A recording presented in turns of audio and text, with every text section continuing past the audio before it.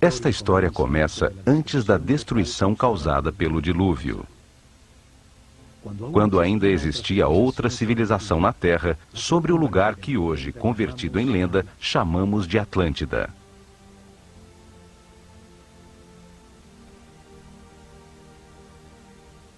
Tinham uma sabedoria que era produto da evolução da consciência do homem por milhares de anos. Eram verdades aprendidas sobre o funcionamento do universo e do processo que chamamos vida. O estudo das constelações lhes revelou que a humanidade era uma união vivente entre o céu e a terra, e que as estrelas e os sóis a influenciavam, formando estações, ciclos e ritmos.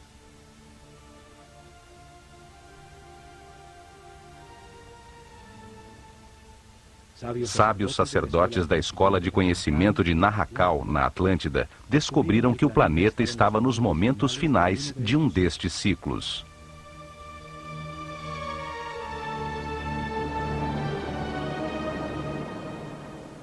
Avisaram, sem que lhes dessem ouvidos, que uma catástrofe eminente destruiria as estruturas que organizavam a vida do homem.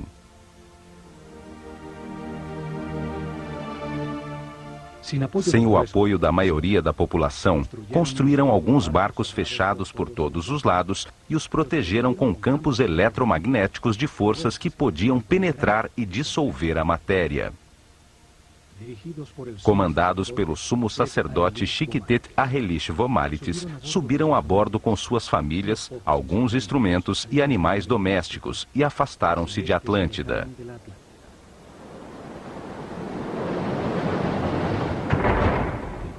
O planeta estremeceu, os céus derreteram e as águas arrasaram os continentes, apagando quase todos os rastros de sua civilização.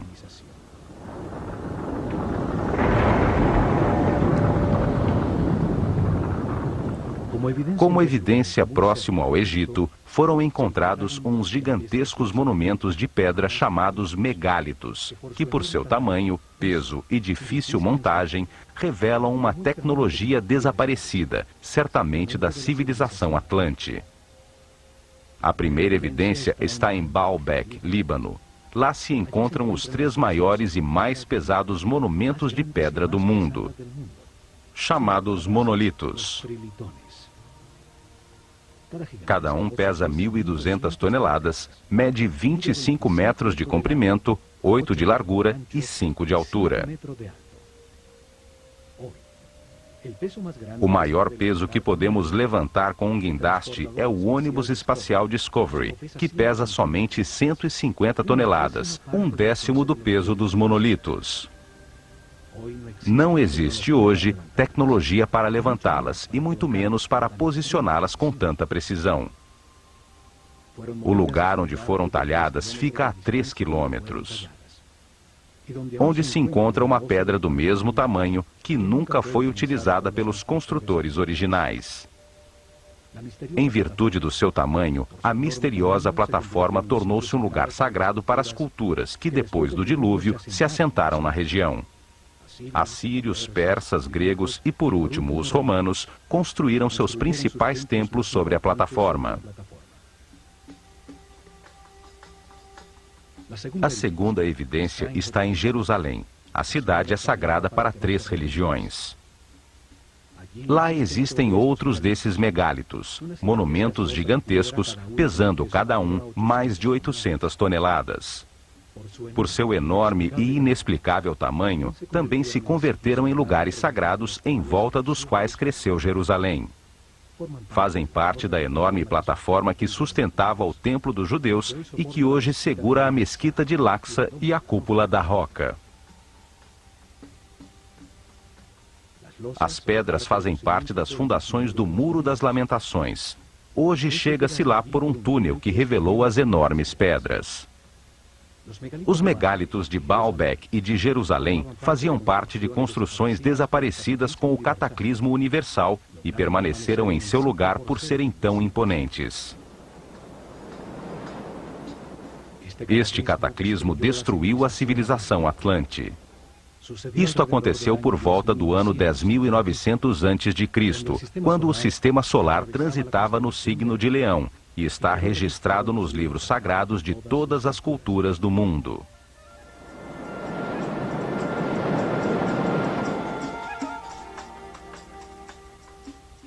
Quando se recuperou o equilíbrio, os sacerdotes sobreviventes ao cataclismo desembarcaram no centro da superfície terrestre, no lugar onde sabiam que afluem as forças telúricas do planeta.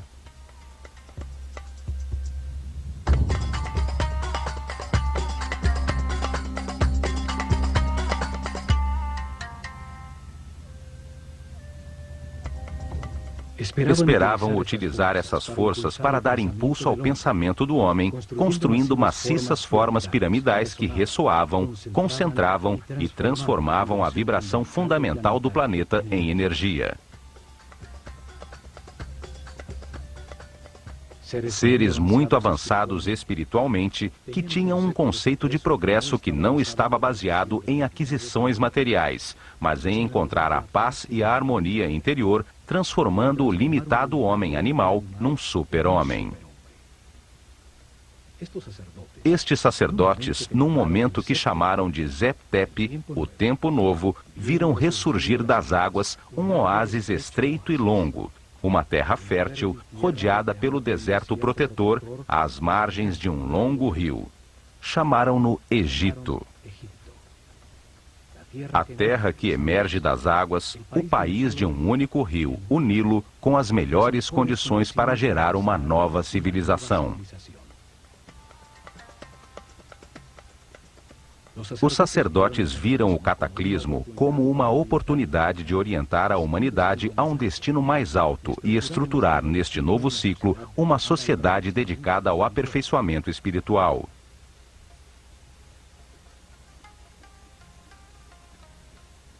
A esfinge demonstra os enormes ciclos de tempo que consideravam. Sua forma de leão com cabeça de homem ressalta o ciclo compreendido entre a Era de Leão e a de Aquário, os tempos de influência da nova civilização.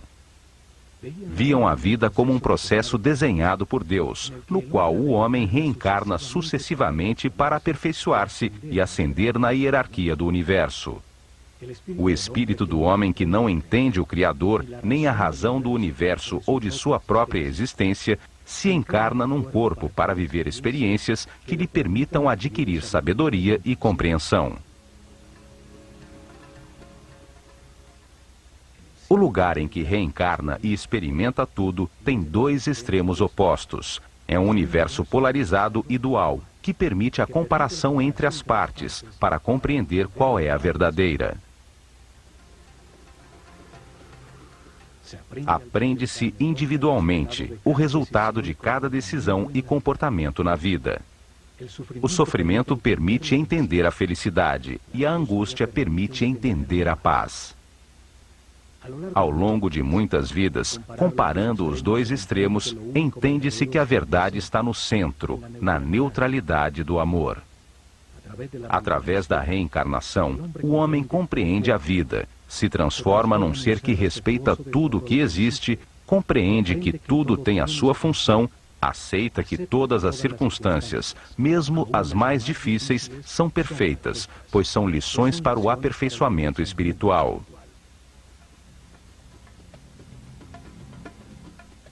Vida após vida, o homem vai subindo de nível, tem mais informação, permanece em paz e harmonia, maneja mais energia vital, se transforma num ser tolerante e respeitoso que alcança mais poderes.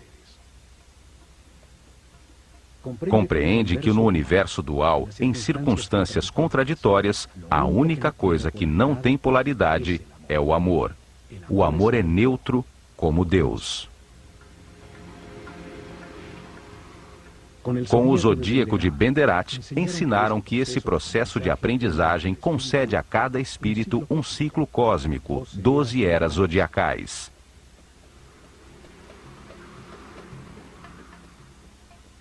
Um giro completo do sistema solar, recebendo a radiação de cada uma das 12 constelações.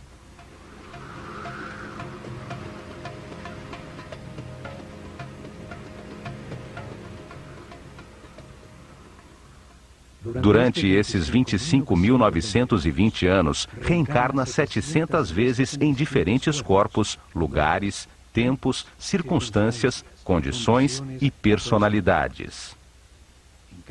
Em cada vida aprende algo diferente. Cada vez nasce influenciado de diferentes maneiras pelas forças que as estrelas irradiam. Assim, todo ser vivo cumpre um ciclo cósmico, recebendo energia das 12 constelações e a influência dos céus, que marcam ritmos e produzem estados diferentes. Conhecendo a relação deste processo de aprendizagem, das vidas do homem na Terra com o movimento do planeta e do sistema solar, regeram os seus planos pelas estrelas. Estruturaram um método para revelar informações sobre Deus, o universo e o processo de aperfeiçoamento durante milhares de anos. Uma forma de mostrar ao homem o que é a vida e para que existe. Estabeleceram fases para revelar informações sobre Deus ao seu povo, etapas que mudariam com as eras zodiacais na abóbada celeste. Épocas dedicadas a estudar como Deus criou o universo e depois a consciência do homem.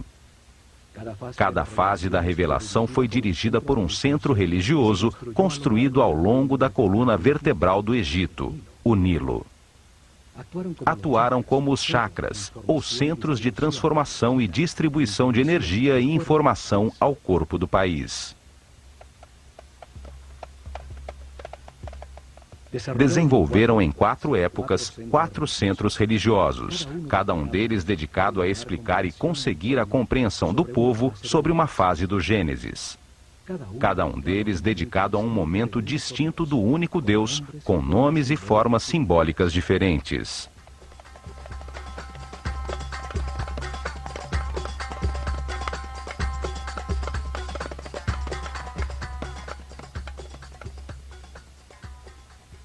O primeiro centro religioso estabeleceu-se em Anu, chamada Heliópolis pelos gregos. Ao começar a Era de Gêmeos, no ano de 6.620 a.C., na época pré-dinástica do Egito. Uma época dedicada à simetria na arte e na arquitetura. Foi dedicada a revelar informações sobre as características, qualidades e significados de um Deus absoluto, o único Deus, a causa original, o todo, que chamaram Atum-Ra, a unidade homogênea, estática, antes de manifestar o universo. O segundo templo estabeleceu-se em Mênfis, ao começar a Era de Touro, ano 4.460 a.C. Foi dedicado a revelar informações de outro momento de Deus, quando manifesta o universo, os planetas e os homens, quando ativa a sua vontade, a sua energia divina e cria a matéria. Essa característica criadora de Deus chamaram de Tá. Durante essa época, sente-se a influência de Mentu, o touro que representa a Era de Touro, em todo o Egito, até no nome dos faraós. O terceiro centro religioso foi criado em Hermópolis, dedicado a Tote. Assim chamaram o único Deus, quando multiplica a criação sobre a terra com a diversidade da natureza, das plantas e dos animais. O quarto centro religioso estabeleceu-se em Tebas, com a chegada da Era de Áries, o Ram, no ano de 2300 a.C. Foi dedicado a revelar informações sobre as características, qualidades e significados de Deus, quando cria a sua imagem e semelhança a consciência do homem. Chamaram-no Amon-Ra. Nessa época, acontece o momento culminante da civilização. Constroem-se centenas de templos onde a imagem de carneiros predomina, e os faraós incorporam Amon e Ram aos seus nomes.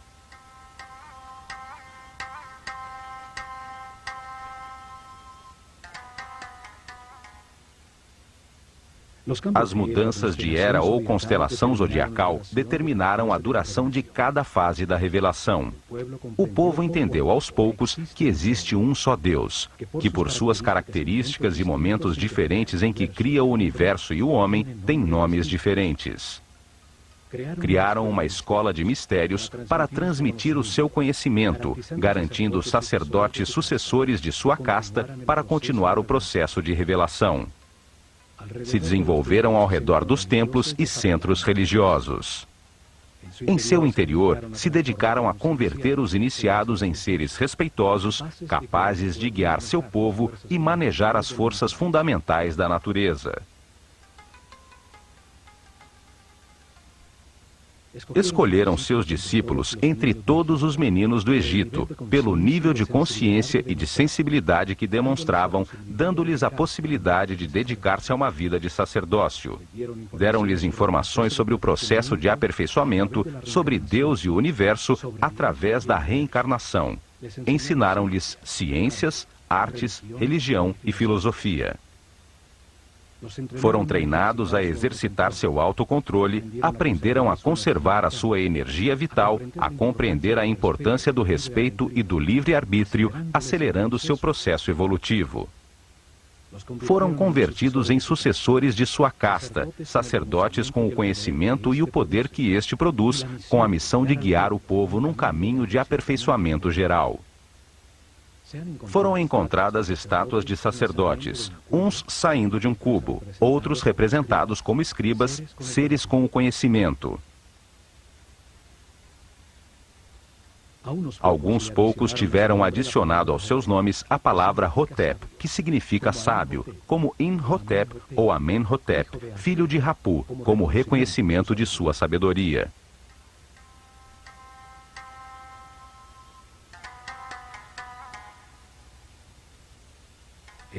Foi dos templos onde concentraram o conhecimento, o poder, a riqueza material e espiritual que impulsionaram a organização da civilização egípcia.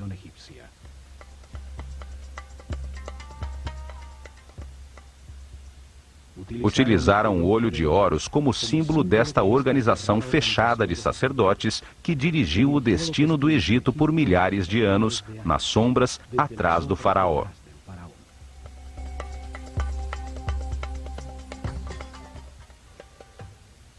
A escola de mistérios utilizou o olho de Horus como seu símbolo, uma assinatura que aparece nos muros de todos os templos do Egito. Um símbolo que traz à mente e evoca o seu significado, sua ação principal, e transmite uma ideia de uma maneira muito simples, além das palavras. Seu significado pode ser entendido milhares de anos depois de ter sido desenhado.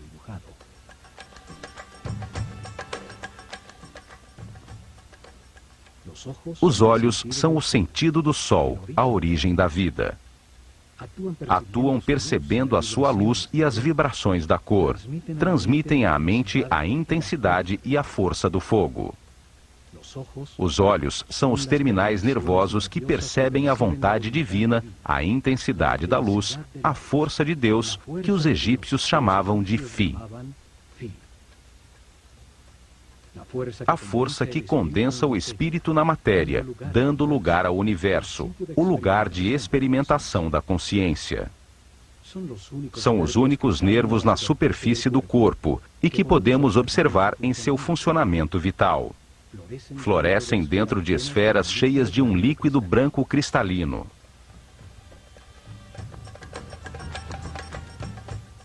Os olhos simbolizam a dualidade. O olho esquerdo é solar, sensível ao negativo. O direito é lunar, sensível ao positivo e afirmativo. Cruzam a sua informação para produzir a imagem mental correta do espaço. Simbolizam a experimentação da consciência num universo de contrastes, para encontrar a verdade por comparação entre as partes opostas. Reagem à luz ativa do Sol, produzindo na mente a verdadeira luz, a energia vital luminosa. Uma luz invisível que torna possível a inteligência e a compreensão da realidade. Os pássaros evocam a ação de voar, a liberdade sem limitações materiais. O falcão é o pássaro que vê melhor. Horus, o falcão, representa o espírito quando completa a sua aprendizagem na vida mortal e limitada. Quando entende as verdades do universo, porque as verificou em muitas vidas e se eleva sobre as limitações materiais, sobre o tempo e o espaço.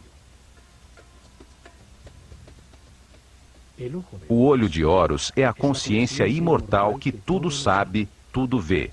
Pode voar muito alto sobre tudo que existe ou fixar a atenção em qualquer detalhe.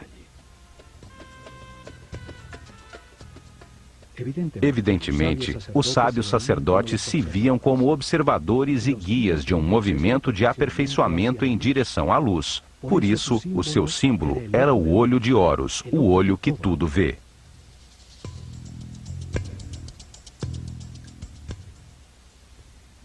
A começar pelos templos, os sacerdotes do olho de Horus guiaram em paz e harmonia o aperfeiçoamento espiritual do povo, revelando informação sobre Deus, o universo e o processo que sofre a consciência do homem.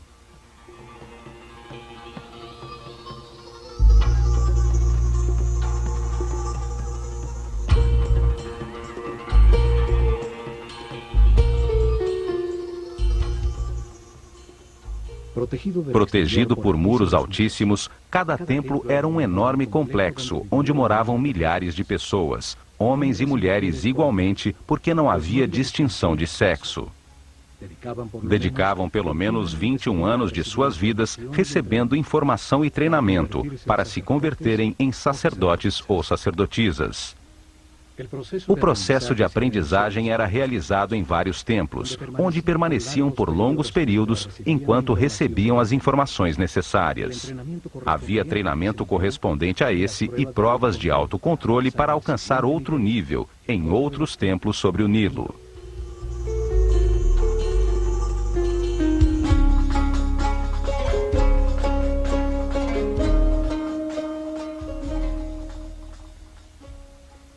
Cada templo era uma biblioteca viva com informação especializada.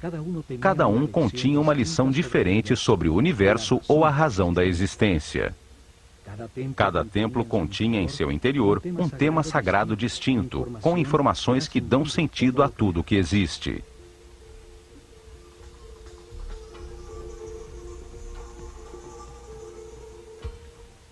O nível básico se realizava durante os primeiros 7 anos, quando recebiam informações gerais sobre o universo e treinamento para manipular os centros energéticos mais baixos do corpo.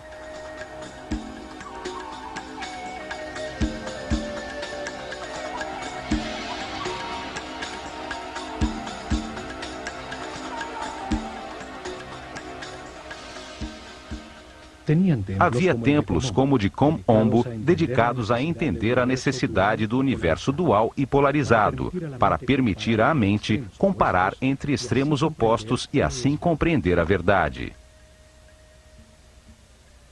Em seu interior, aprenderam a controlar o medo da perda, a entender que se possui em cada vida o necessário para adquirir as experiências de aprendizagem.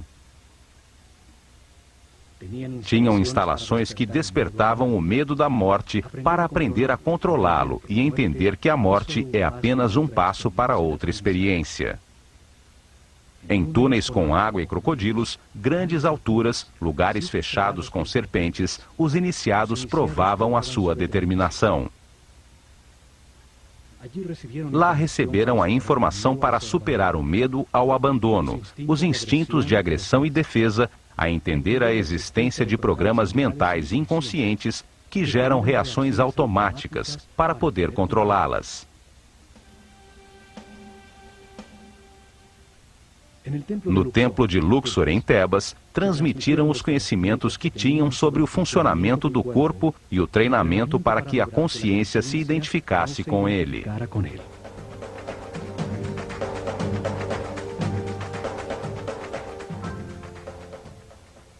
O templo inteiro era como um organismo humano, cada salão representando um órgão, com informações nos muros sobre sua função principal, sobre o benefício que o organismo inteiro obtinha ao realizá-la e a sua relação com os outros órgãos.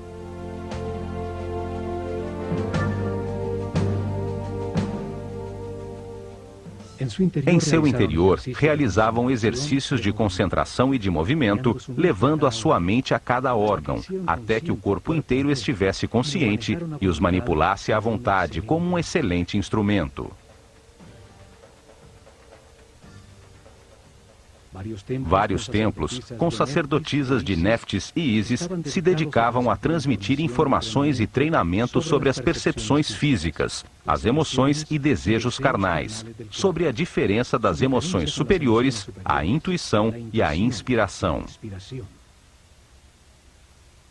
Aprenderam a transmutar as paixões e as sensações do corpo, com o poder do espírito, a elevar a consciência e sua depuração vital, a solicitar a canalização de energia e inspiração de espíritos em planos mais evoluídos para despertar a criatividade.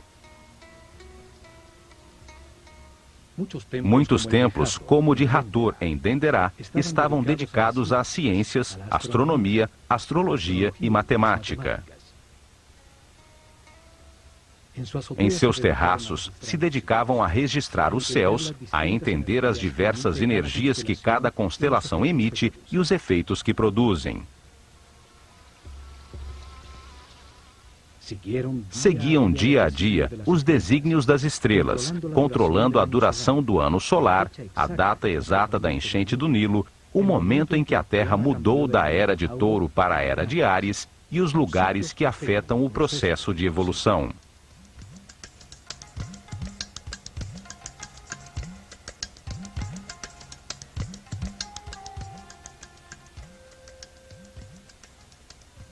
Depois de receberem informações dirigidas à razão e treinamento para controlar sensações, emoções e pensamentos, dedicavam outros 7 anos ao lado direito do cérebro, à inteligência do coração, a encontrar a diferença entre pensar e meditar.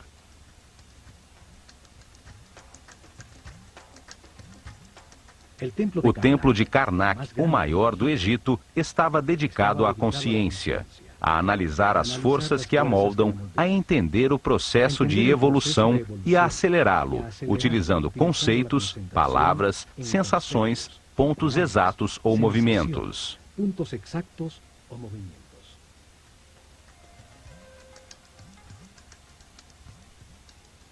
Aprenderam a concentrar-se em si mesmos, a diferenciar entre o eu superior e o ego, a identificar-se com um ser ou objeto externo, até sentir e transformar-se no que se pensa.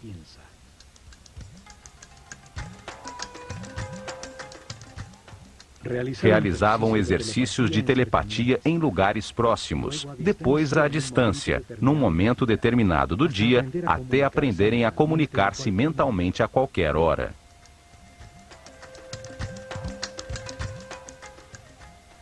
Recebiam informações sobre o tempo e treinamento para vivê-lo como um eterno presente.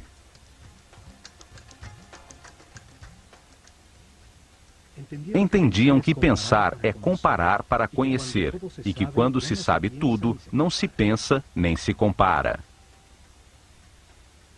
Aprendiam a mudar de estado ou nível vibratório, a manejar as circunstâncias externas, conseguindo o equilíbrio emocional como uma decisão mental interna.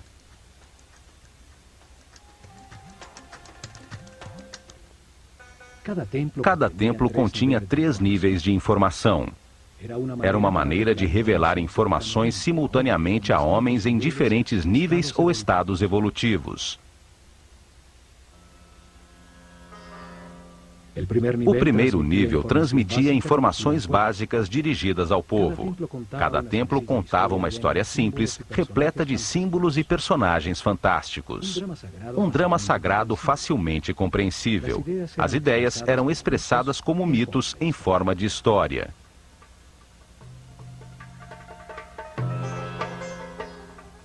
O mito, a história fantástica, foi utilizado como método para revelar ao homem um mundo que ele só entende imperfeitamente.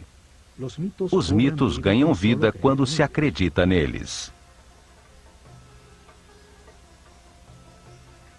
Inventavam personagens com características simbólicas, com formas que trazem à mente sua função e atividade principal, que participavam de histórias simples e parábolas que contam verdades sobre a natureza humana sem a aridez e a abstração da filosofia ou da metafísica. O povo recebeu a informação sobre cada tema sagrado ao conhecer a história central de cada templo, ao conhecer as fraquezas e forças de cada personagem, as circunstâncias que atravessam e a maneira como os resolvem.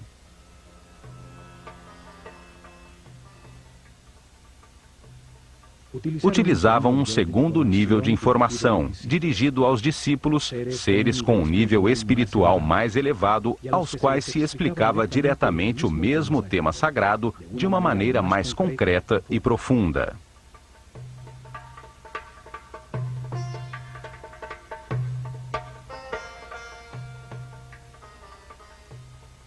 Para isso, utilizavam as cenas descritivas do mito, talhadas nos muros do templo. Explicavam cada personagem, o que simboliza no universo, a parte do processo de aperfeiçoamento que representava, o porquê da sua forma, comportamento e sua função principal.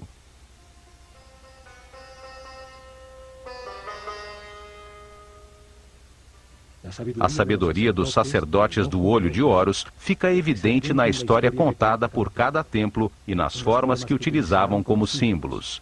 Só ao olhá-los, vem à mente a ação vital que representam, ou a qualidade que se ganha ao realizá-la. Ao representar homens com cabeça de animal como símbolo, os transformam em ideias que evocam a característica vital do animal. Trazem à mente a função do animal no universo.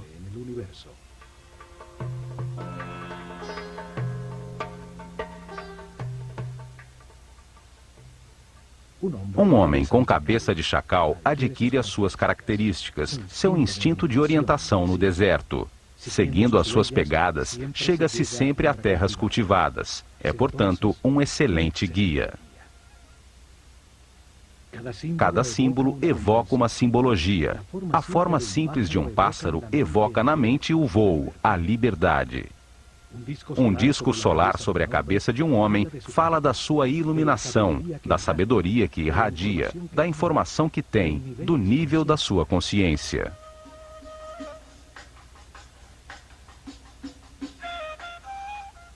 Estudaram detidamente os animais e insetos. Assim, reuniam um profundo conhecimento sobre a sua vida, sua atividade principal, suas necessidades vitais, os hábitos que desenvolviam para supri-las, sua dieta alimentar, a duração de sua gestação, seus hábitos sexuais e o sentido principal da sua existência.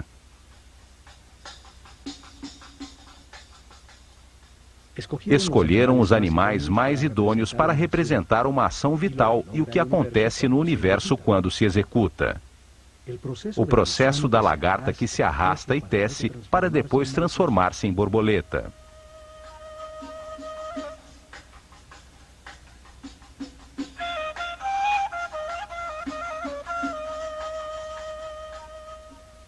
De todos os pássaros, o falcão é o que vê melhor.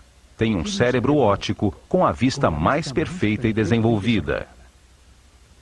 Por isso, é escolhido como símbolo para representar essa função vital, o sentido da visão.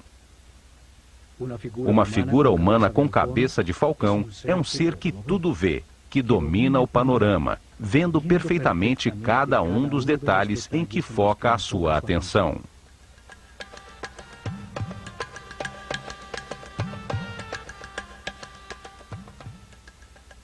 Estas figuras chamadas deuses ou néters pelos egiptólogos que acreditam que o Egito era politeísta e que adorava os animais, representam apenas uma ação vital, um comportamento que transforma e aperfeiçoa. Cada ação importante da vida tem um símbolo que a representa, comunica a transformação que acontece na essência do indivíduo que a executa, o que obtém dela.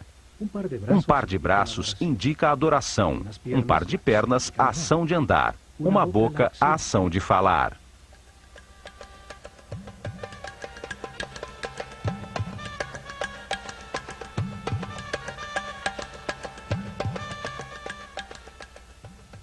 E por último, num terceiro nível de informação, cada templo guardou um código secreto embebido no próprio símbolo. Era conhecido apenas pelos altos sacerdotes e mestres, com informações sobre forças e energias fundamentais, como controlá-las e utilizá-las para prestar serviço ao seu povo.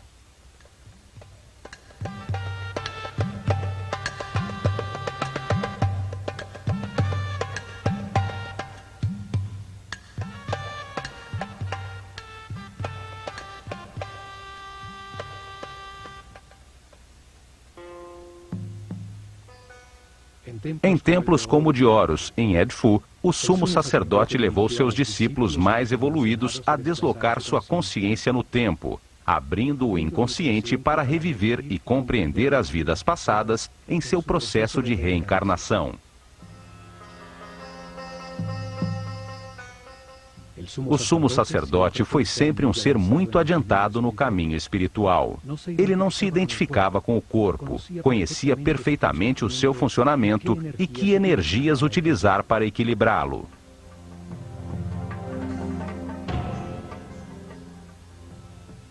Controlava do centro nervoso no alto da cabeça o mais alto nível de energia vital. Permanecia num eterno presente, irradiando amor, guiando e servindo com seu divino poder.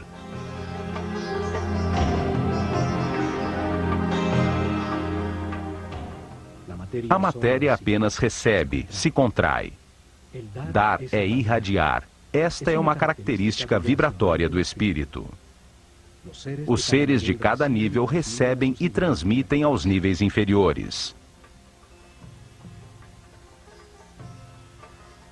Em seus salões, entenderam que a realidade se compõe de 7 níveis de energia vibratória, 7 correntes energéticas com 7 diferentes níveis de poder ou força.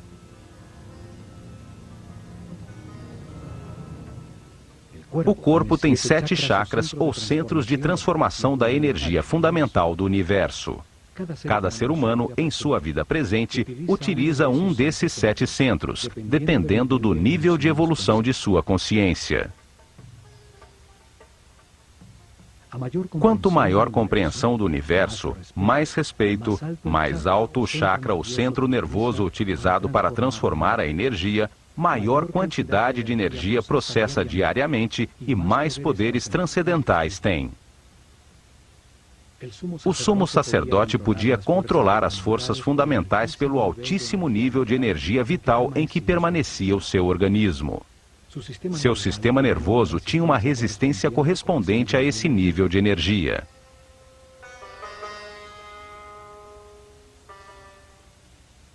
Assim, em todos os templos do Egito, os iniciados receberam informação e treinamento, aumentaram paulatinamente seu nível de energia vital e, de maneira correspondente, o nível de resistência dos nervos de seu corpo.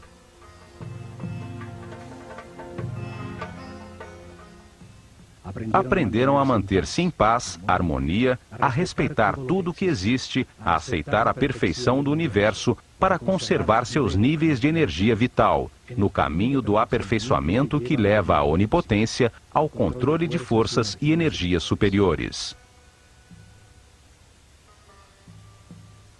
Um intenso preparo físico, mental e espiritual que terminava com o momento de experimentar o tudo e o nada, o manifesto e o não manifesto, e receber numa pirâmide uma poderosa energia que permite vislumbrar o 7º nível de consciência.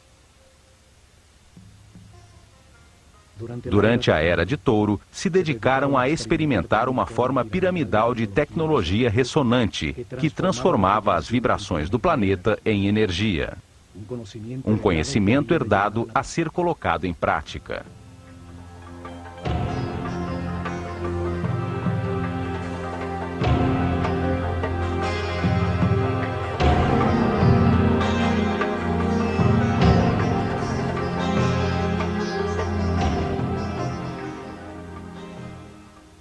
Colocaram maciças formas piramidais de milhões de toneladas em pontos nevrálgicos sobre a malha eletromagnética do planeta. A massa piramidal, que continha milhões de partículas de quartzo, vibrava com a Terra, produzindo energia pela fricção de suas moléculas, num fenômeno que hoje chamamos de peso elétrico.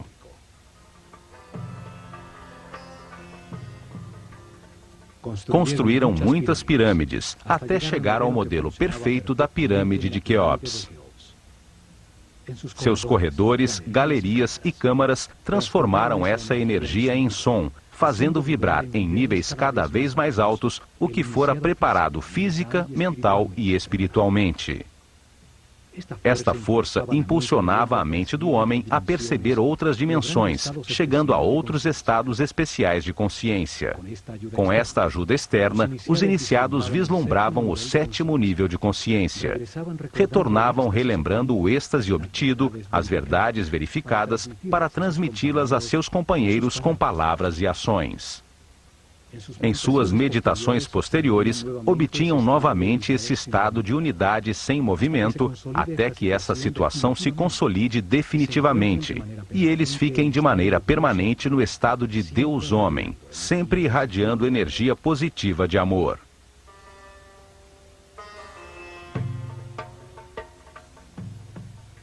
O conhecimento sobre as formas puras do universo, os blocos básicos com os que se organiza a energia e a matéria, foram fundamentais para o desenvolvimento da civilização egípcia. Hoje chamamos essas formas puras de sólidos platônicos.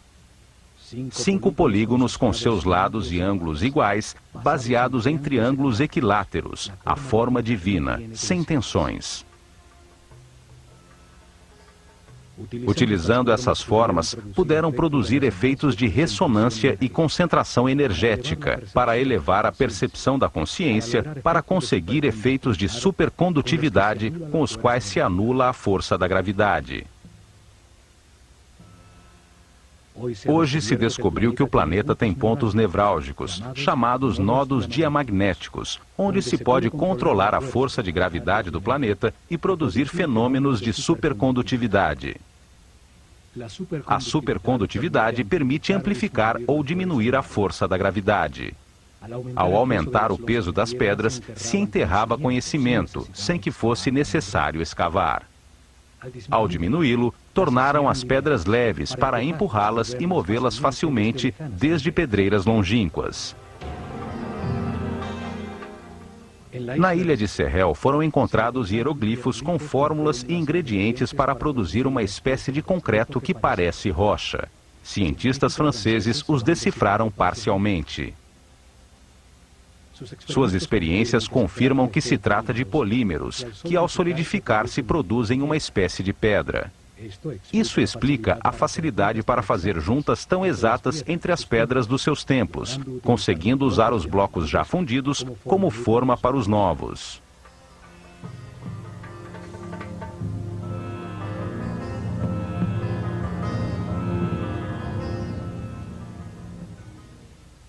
Mas o mais importante foi a sua visão de que a vida é um processo desenhado por Deus para ampliar a consciência do homem. Que o espírito do homem encarna repetidamente num corpo para compreender a harmonia pelos resultados de suas decisões.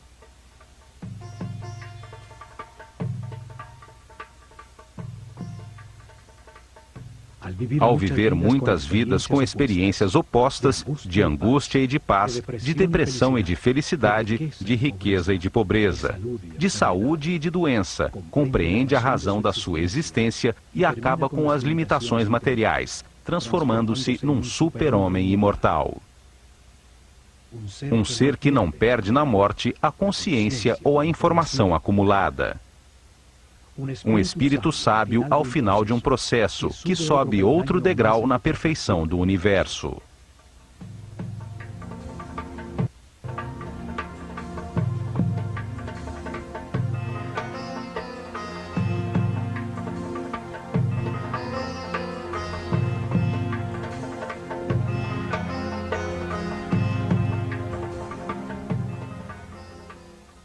O homem reencarna muitas vezes. No princípio, a sua animalidade é dominante. A intolerância e a agressão determinam uma vida de sofrimento. Aos poucos, se enche de dores e, ao tentar remediá-la, deixa de atacar, encontra a paz e, com ela, altos níveis de energia vital.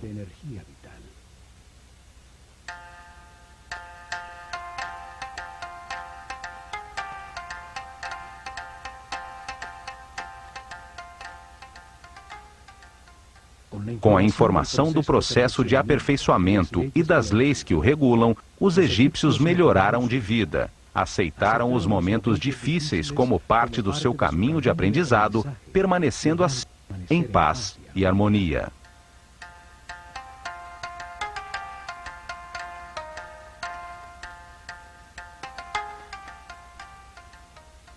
Os templos revelaram como homens, em um mundo de dor, podiam transformar-se em seres sem limitações físicas, com conhecimentos para transmutar a matéria e locomover-se livremente no tempo e no espaço. Entre as contradições de cada vida se aprende algo e se renasce um pouco mais sábio. Na polaridade entre a luz e a escuridão, entre o medo e o amor, se aprende a encontrar a paz e a harmonia, a manter a energia vital.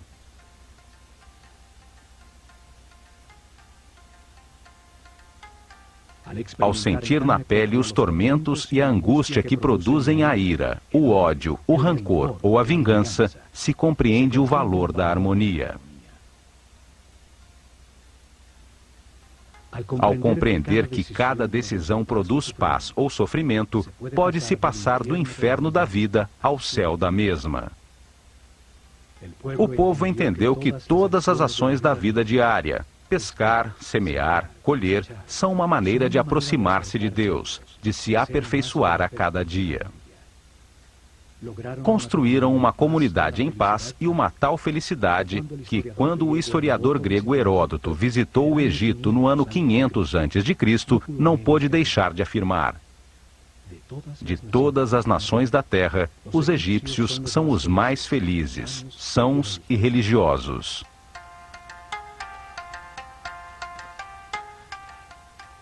Apesar disso, não tinham uma palavra em sua língua que significasse religião. Não viam diferença entre o sacro e o mundano. Viam-se como os encarregados de compreender que Deus, o universo e o homem formam uma unidade manifesta pelo amor.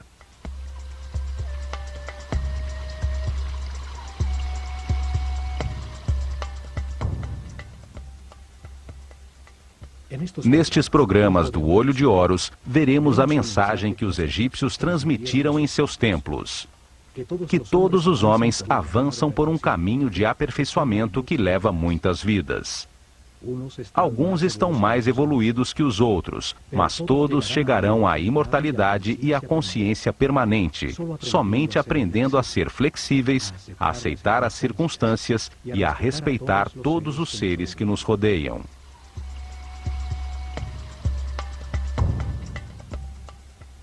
O caminho pode ser de sofrimento ou de paz e harmonia. Depende da valorização do que se tem e de agradecer a oportunidade de estarmos vivos para tomar consciência de que fomos criados por amor.